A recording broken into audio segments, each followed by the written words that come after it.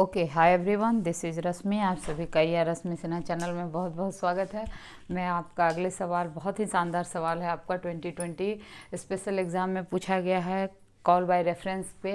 बहुत ही कंसेप्चुअल सवाल है, लेकिन सवाल में आगे बढ़ने से पहले प्लीज़ वीडियो को लाइक करके शेयर कर दीजिए। मैं आपको आगे सवाल की तरफ ले जाती हूँ फटाफट। तो ये कहता है what is the principal reason for passing argument by reference. आपको पूछा गया है कि कॉल पासिंग आर्गूमेंट जो पास करते हैं आप कॉल बाय रेफरेंस से, उसका मुख्य कारण क्या है। तो देखिए, मुख्य कारण तो ये है कि हम लोग जैसे ये खास तौर पे लोकल वेरिएबल के ऊपर बात होती है, ठीक ना।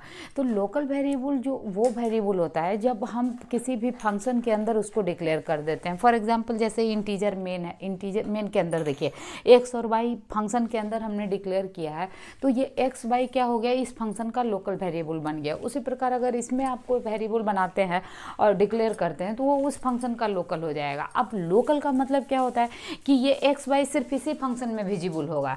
ये अगर इसमें कोई वेरिएबल बनाते हैं तो वो उसी फंक्शन में विजिबल होगा। तो this is the story behind passing parameter, ठीक ना। अब यहाँ पर बात आता है कि कॉल बाय रेफरेंस की क्यों ज़रूरत पड़ी। तो अब देखिए मज़े की बात क्या है कि यहाँ पैरामीटर दो पास तो आप कर दिए, एक्स और वाई, बहुत अच्छी बात है। आप 3 भी करिए, 4 भी करिए, 5 भी करिए, कोई दिक्कत नहीं है। लेकिन दिक्कत कहाँ है, अब अगर इस एक्स वाई के ऊपर आपने कोई चेंज किया है ना, तो अब जैसे कोई चेंज किया हमने ये वैल्यू यहाँ पर रिसीव करके, और हम चाहते हैं कि वो चेंज ये दोनों n1 n2 इसका लोकल हो गया, n1 n2 इसका लोकल हो गया। अब हम चाहते हैं कि ये n1 जो है वो वैल्यू इसमें हमको दिखे, तो आप क्या करिएगा, आप रिटर्न स्टेटमेंट लिखिएगा।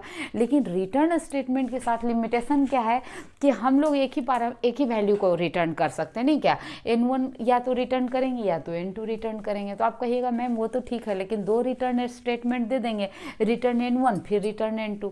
तो रिटर्न n1 रिटर्न n2 आप लिख तो सकते हैं, लेकिन दिक्कत क्या है कि रिटर्न n1 करिएगा तो n1 से वो पहले ही स्टेटमेंट में रिटर्न हो जाएगा, रिटर्न n2 कभी एग्जीक्यूट ही नहीं हो पाएगा, ठीक ना।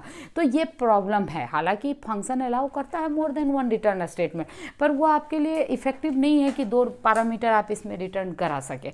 तो अब आपके पास कोई ऑप्शन नहीं है। तब एक ऑप्शन सामने क्या आता है, कॉल बाय रेफरेंस आता है कि नहीं, कि इसमें क्या है कि अब आपको रिटर्न करने की झंझट ही नहीं है। तो होता क्या है, ये अलाइजिंग मेथड को यूज करके हम आपको कॉल बाय रेफरेंस यूज करके आपको दिखा रहे हैं कि किस तरह से ये काम करता है, ठीक ना।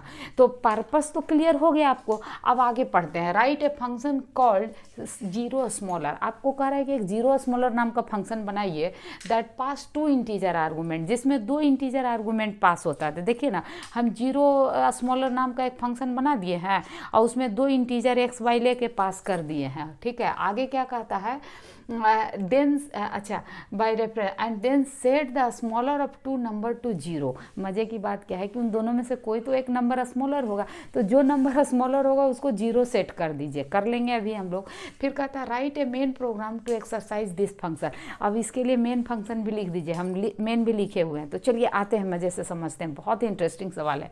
कहता है अगर हम एक्स और वाई दो वेरिएबल ले लिए, उसमें कुछ वैल्यू हमको असाइन करना था, 3 5 ले लिए, तो यहाँ ये दिखा भी दिए कि एक्स और वाई मेन का लोकल वेरिएबल है, 3 5 इसमें असाइन कर दिए।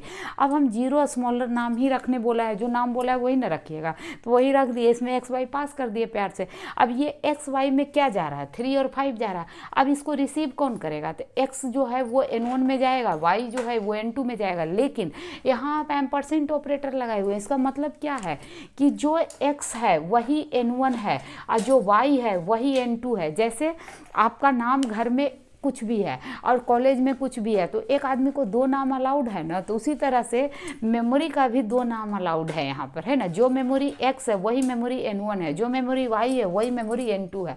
तो अब इससे फ़ायदा क्या होगा, सो देखिए आपको समझ में आ रहा होगा हमारी बात। कहता है कि अब कंडीशन हम चेक करेंगे। भाई आप कह रहा है कि जो स्मॉलर है उसको जीरो सेट कर दीजिए। तो अगर n1 ये कंडीशन ट्रू होगा तो स्मॉलर कौन होगा, n1 स्मॉलर देन n2, तभी ये कंडीशन ट्रू होगा। तो n1 को हम क्या करेंगे, जीरो सेट कर देंगे।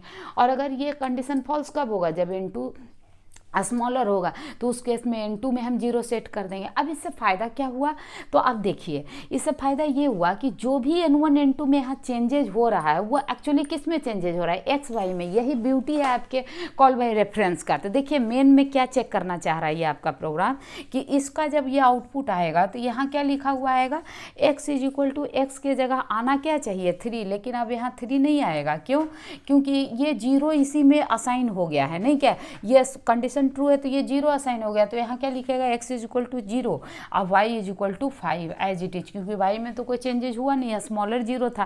तो था ना ये बहुत ही इंटरेस्टिंग प्रोग्राम। अगर आपको तनिक भी कहीं दिक्कत लगा होगा तो एक बार और वीडियो को रिमाइंड करके देख लीजिएगा। वीडियो में कमेंट करके ज़रूर बताइएगा कि वीडियो कैसा लगा आप लोग को, और लाइक शेयर तो ज़रूर कर दीजिएगा।